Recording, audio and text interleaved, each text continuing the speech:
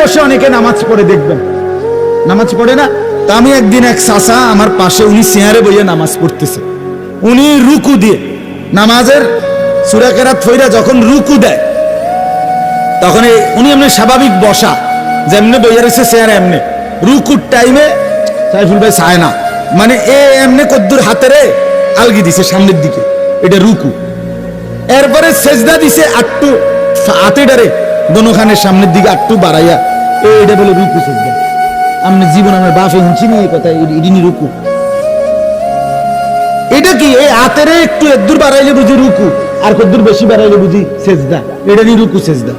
আমি তো এরুম রুকু সেজদা মাটির তলের কোন কিতাব হতে পাইছি না, চাঁদের দেশেও তো এমন কিতাব নাই। এটা কি ধরনের রুকু সেজদা? আমি বললাম চাচা, আপনি নামাজের পরে সুন্দর করে বলছি, চাচা এটা কিতাব করলেন, আপনি যদি রুকু সেজদা কি দিয়ে দিলেন? আপনি তো মাথা ঝুঁকলেন না। যে সেজদা দিতে পারে না, এনে কাজ হইল কিসের? মাথার। আপনি যে হাতা কদ্দুর আফগান আর ফিরছেন, মাথা যেমনে এমনে তো এটা হইল নি। তো তাহলে এই লোকটা তো মনে মনে ভাবতেছে আমি নামাজ পড়তেছি, তো তার নামাজ কই? বলেন না বাপ। নাকের নরম জায়গায় পানি পৌঁছানো, গোসল ফরজ হইলে, বীর্যপাত হইলে যখন ফরজ গোসল করে, নাকের নরম জায়গায় পানি পৌঁছানো ফরজ। ফরজ ফরজ, সুন্নত না। ওযুর মধ্যে নাকে পানি দেওয়া সুন্নত, কিন্তু ফরজ গোসলের সময় নাকে পানি নরম জায়গায় পৌঁছানো কি ফরজ। এই যে নাক যেদুর ভাঙ্গে, প্রত্যেকের এদুর রে কয় নরম জায়গা। প্রত্যেকে নাক লাইরা দেখেন, এই নাক ভাঙ্গে যেমনি, লড়ে যেমনি, এর একটা সীমানা আছে। এখানে পানি পৌঁছাইতে হবে। হাতের কোষে, হাতের তালুর মধ্যে পানি নিয়ে হালকা টান দিতে হবে, হালকা একটু, সামান্য একটু টান দিলেই পানি, সামান্য একটু টান, নিঃশ্বাস টানলেই, জোরে না, জোরে হলে ভিতরে ঢুকে যাবে, কষ্ট হবে। সামান্য নিঃশ্বাস টান দিলেই আপনার পানিটা এখানে চলে আসে, এরপরে ধাইরা লাইলে হয়। হ্যাঁ, এখন নাকের নরম জায়গায় পানি পৌঁছানো ফরজ।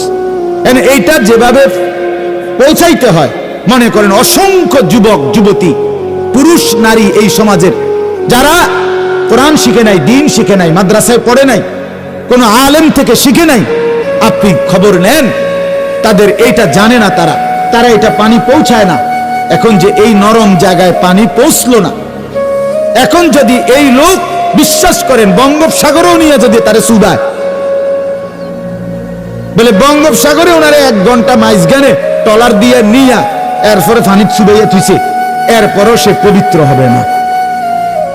পরিচ্ছন্ন হইল, পরিষ্কার হইল, গাও সাবান টাবান দিল, কিন্তু পবিত্রতার জন্য তহারাত আর নাজাফাত এক কথা না। নাজাফাত মানে পরিচ্ছন্নতা, সেটা বিধর্মীরও হইতে পারে, কিন্তু পবিত্রতা একমাত্র কোরআন সুন্নাহ মতে হইতে হবে।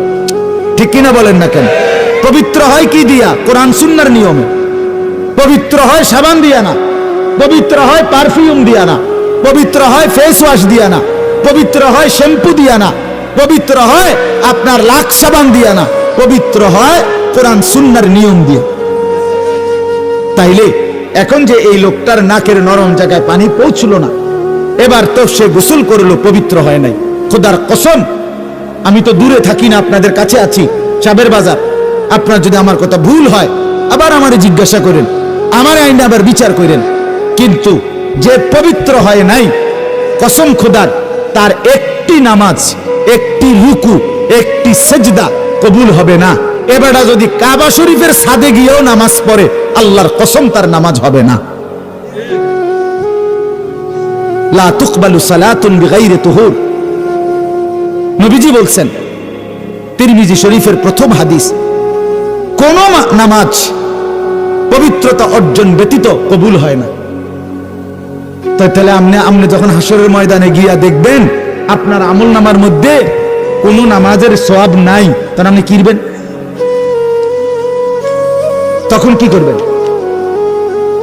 তখন আফসোস করলে আপনি ফিরবেন কেন? সুযোগ হবে কেন? ওয়া আন্না লাহু যিকরা, কোরআনুল কারীমে আছে, আল্লাহ তাআলা বলেন, প্রত্যেকটা মানুষ হাসরের ময়দানে জাহান্নামকে যখন দেখবে, ওয়াজিআ ইয়াউমা ইদিন বিজাহান্নাম, জাহান্নামের দিকে যখন তাকাবে, আল্লাহর ফেরেশতারা যখন জাহান্নামকে টেনে আনবে, ইয়াউমা ইদিন ইয়াতাযাক্কারুল ইনসান, আল্লাহ বলে প্রত্যেকটা মানুষ তখন তার দুনিয়ার হায়াতের সমস্ত কাজকর্মের কথা, ভালো মন্দ কথা মনে পড়বে, কিন্তু ওয়া আন্না লাহু যিকরা, আল্লাহ বলে বলো না বান্দা সেদিন মনে পড়ে কি লাভ হবে।